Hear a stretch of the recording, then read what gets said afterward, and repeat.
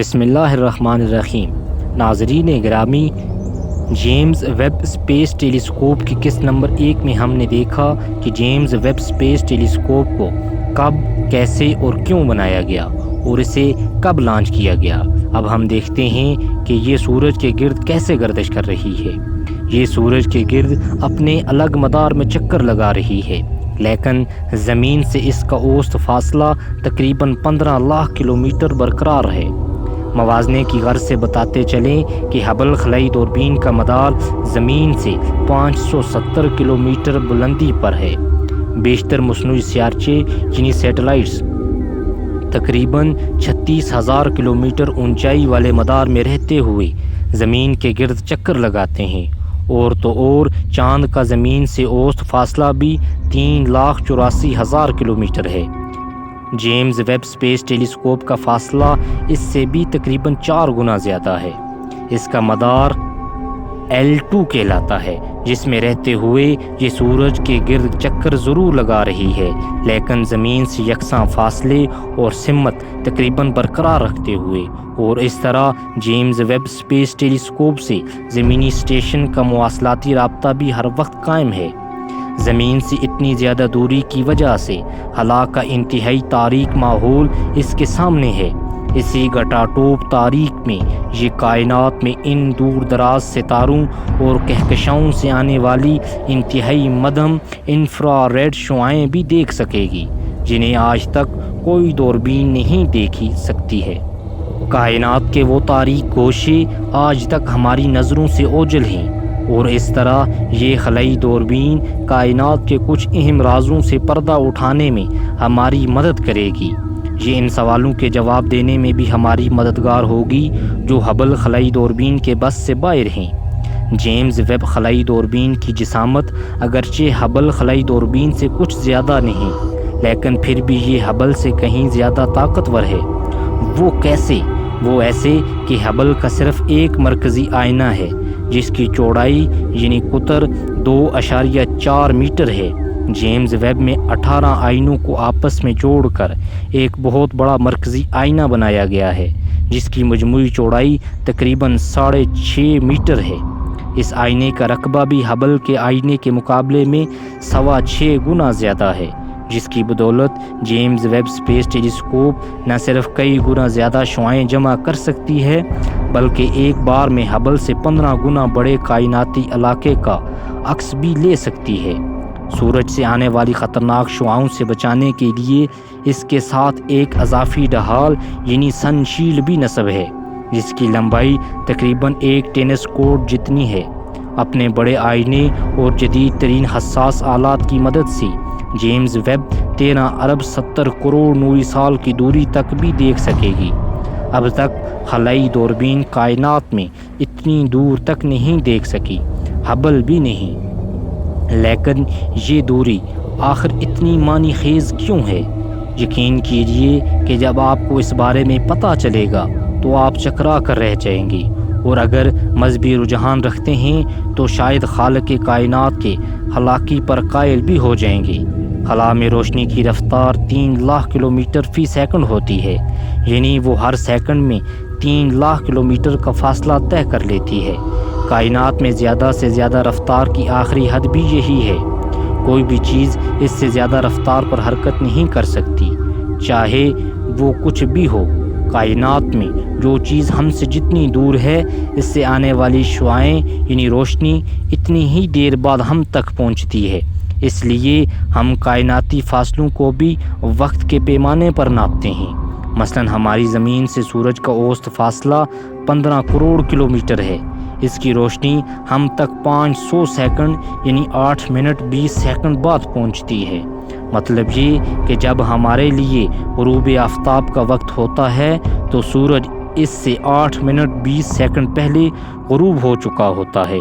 یہی بات ہم اس طرح بھی کہہ سکتے ہیں کہ سورج ہماری زمین سے 500 نوری سیکنڈ یا 8 منٹ 20 نوری سیکنڈ کے فاصلے پر ہے۔ لیکن اگر ہم کائناتی پیمانے پر بات کریں تو معلوم ہوگا کہ نوری سیکنڈ اور نوری منٹ جیسے پیمانے بھی بہت چھوٹے اور معمولی ہیں۔ اسی لیے ہم کائناتی وسعتوں کو بیان کرنے کے لیے عام طور پر نوری سال یعنی لائٹ ایئر کہلانے والا پیمانہ استعمال کرتے ہیں۔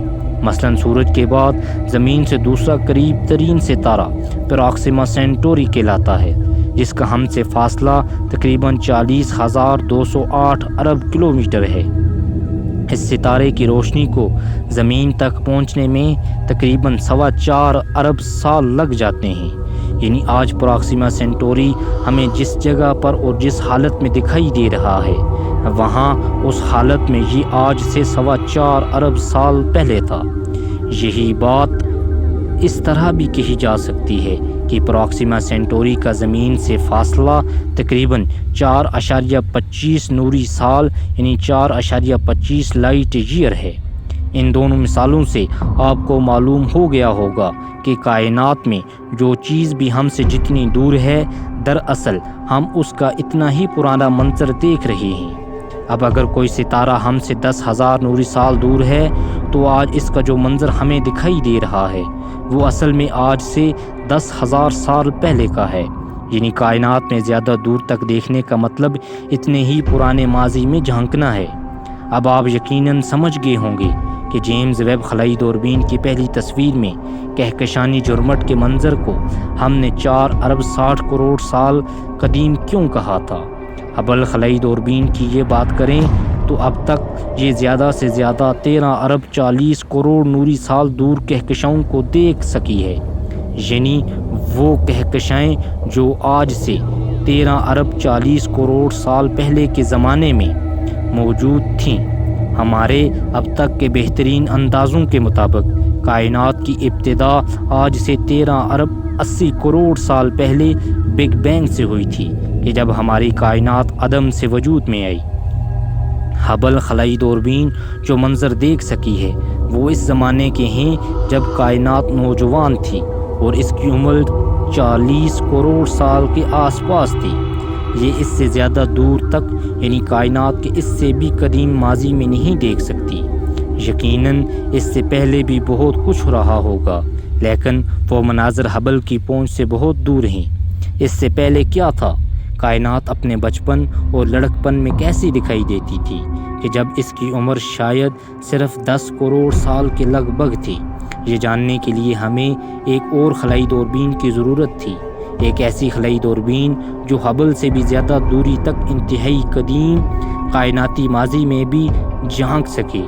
یہی نہیں بلکہ ایسی کسی خلائی دوربین کے لیے یہ بھی ضروری تھا کہ وہ انفراریڈ شعاعیں استعمال کرتے ہوئے دور دراز کے یہ مناظر دیکھ سکے۔ جیمز ویب خلائی دوربین اسی مقصد کے لیے تیار کی گئی ہے۔ اس کی مدد سے ہم کائنات میں تقریباً 13 ارب 70 کروڑ نوری سال تک دیکھ سکیں گے۔ وہ مناظر آج سے 13 ارب 70 کروڑ سال پہلے کے ہوں گے۔ یعنی وہ زمانہ کہ جب کائنات کا بچپن تھا، وہ شاید وہ صرف 10 کروڑ سال کی تھی۔ کائنات کے بارے میں اب تک ہم جو کچھ جان سکے ہیں اس کا خلاصہ یہ ہے کہ بگ بینگ کے موقع پر ہماری کائنات ناقابل یقین حد تک چھوٹی اور بے حد گرم تھی۔ البتہ بگ بینگ کے فوراً بعد کائنات بہت تیزی سے پھیلنا شروع ہوئی، ساتھ ہی ساتھ اس میں الیکٹران، پروٹون اور نیوٹرون بھی بننے لگے جو مادے کے بنیادی ذرات بھی ہیں۔ لیکن تب کائنات اتنی شدید گرم تھی کہ یہ ذرات آپس میں مل کر ایٹم بنانے کے قابل نہیں تھے۔ کائنات کے پھیلنے اور ٹھنڈا ہونے کا سلسلہ جاری رہا، یہاں تک کہ بگ بینگ کے تقریباً 4 لاکھ سال بعد کائنات کا درجہ حرارت اتنا کم ہو گیا کہ پروٹون، نیوٹرون اور الیکٹران آپس میں ملنے لگے، بہت ساری ہائیڈروجن اور تھوڑی سی ہیلیم وجود میں آئی اور زبردست توانائی بھی خارج ہوئی۔ اس توانائی کی باقیات آج بھی کائناتی خرد موج پس منظر یعنی کاسموس مائکروویو بیک گراؤنڈ کے طور پر کائنات میں ہر طرف بکھری ہوئی ہیں۔ اس کے بعد کروڑوں سال تک ہائیڈروجن اور ہیلیم کے ایٹم کائنات میں ادھر ادھر آوارہ گردی کرتے رہے، لیکن کائنات کے پھیلنے اور ٹھنڈا ہونے کا عمل بھی مسلسل جاری رہا۔ آخرکار بگ بینگ کے تقریباً 10 کروڑ سال بعد ہائیڈروجن اور ہیلیم کے ایٹموں نے بڑی تعداد میں یکجا ہونا شروع کر دیا اور کائنات میں اولین ستارے بننے لگے۔ لیکن یہ ستارے بھی جلد ہی ختم ہو گئے۔ شاید اگلے چند کروڑ سال میں ان کی باقیات سے ستاروں کی اگلی نسل نے جنم لیا، اور پھر ان سے مزید اگلی نسل یعنی ستاروں کے موجودہ نسل کا جنم ہوا، جس میں ہمارا سورج بھی شامل ہے، جو صرف 5 ارب سال پہلے ہی وجود میں آیا ہے۔ کائنات کے اولین ستاروں کی نشانیاں آج بھی اس روشنی کی شکل میں موجود ہوں گی جو انہوں نے اپنی زندگی میں خارج کی ہوں گی، لیکن مسلسل کائناتی پھیلاؤ کی وجہ سے روشنی کی یہ لہریں آج نہ صرف بہت مدھم ہو چکی ہیں بلکہ ان کی لمبائی میں بھی بہت اضافہ ہو چکا ہے۔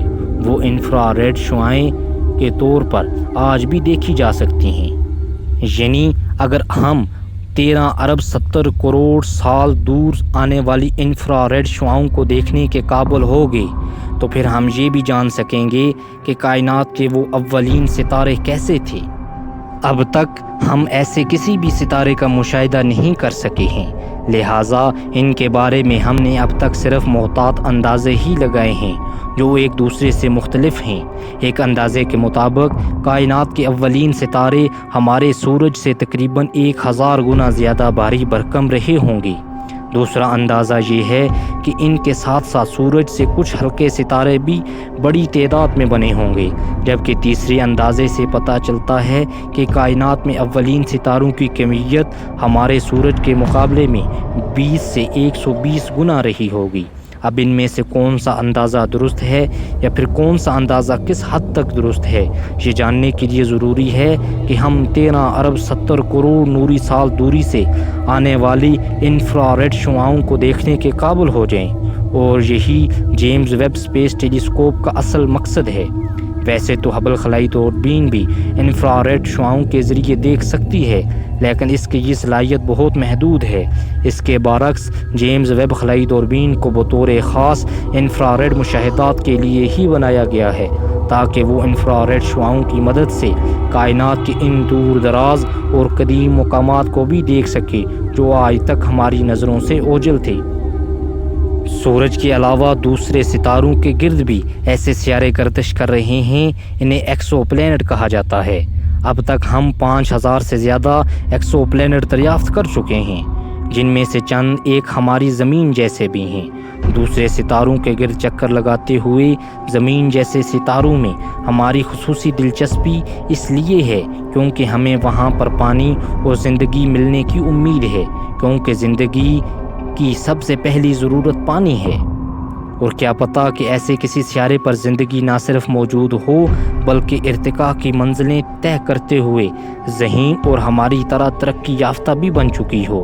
جیمز ویب خلائی دوربین ایک طرف نئے ایکسو پلینٹ ڈھونڈنے میں ہماری مدد کرے گی تو دوسری جانب یہ دریافت شدہ ایکسو پلینٹ کو زیادہ تفصیل اور باریک بینی سے بھی جانچے گی۔ یہ کھوج بھی اس کے مشن کا ایک اہم حصہ ہے۔ تو دوستو، آپ کو ہماری یہ ویڈیو کیسی لگی؟ امید کرتا ہوں جیمز ویب اسپیس ٹیلیسکوپ کی منی سیریز کی یہ قسط نمبر 2 آپ کو پسند آئی ہوگی۔ اگر پسند آئی تو ویڈیو کو لائک، شیئر اور چینل کو سبسکرائب کریں۔ آپ نے اپنا قیمتی وقت نکال کر ہماری ویڈیو دیکھی، ہم آپ کا بہت شکریہ ادا کرتے ہیں۔